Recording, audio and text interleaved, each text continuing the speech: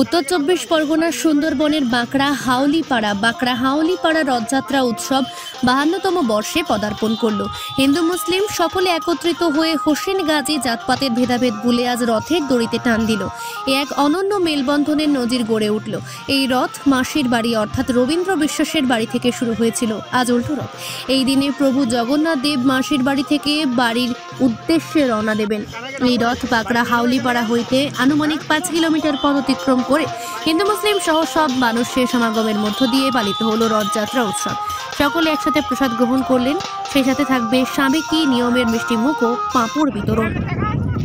হিন্দু মুসলমান সবাই ভাই ভাই, আমরা সবাই সবার পারমাণে যাওয়া আসা করি। আর আমরা হিন্দু মুসলমান বলে হিন্দুর বাড়ি যাবো না, হিন্দু বলে মুসলমানের বাড়িতে আসবে না, এরকম আমাদের ভিতরে কোনো ভেদাভেদ নেই। আমরা সবাই একান্ত হয়ে আমরা মিলেমিশে থাকি, এটাই আমাদের সবচেয়ে বড় জিনিস। আপনার নাম? আমার নাম হোসেন গাজী। কোথায় বাড়ি? হেঙ্গলগঞ্জ, বাঁকড়া। এটা বাঁকড়া। আমরা এই 52 বছর ধরে এই উল্টো রথযাত্রা পালন করে আসছি। হিন্দু মুসলিম সবাই একত্রিত হয়ে মানে আমরা যে রথযাত্রা পালন করি, ধর্ম যার যার কিন্তু উৎসবটা সবার। সেই জন্যে আমরা হিন্দু মুসলিম একত্রিত হয়ে এই রথযাত্রায় পদার্পণ করি এবং একসাথেই চলি। আপনার নাম আর কোথায়? এটা হচ্ছে বাঁকড়া কয়ালপাড়া। আমার নাম তুষার মণ্ডল।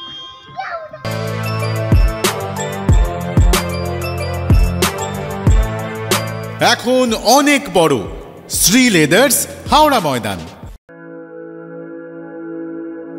আপনি কি জটিল কিছু সমস্যায় ভুগছেন?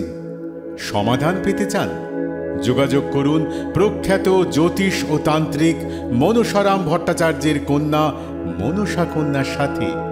প্রখ্যাত জ্যোতিষ ও তান্ত্রিক মনসা কন্যা হাওড়া জানবাড়ি ও হাতিবাগানের নিজস্ব মন্দিরেও বসেন। যোগাযোগ 9830106967 আর 9239655323।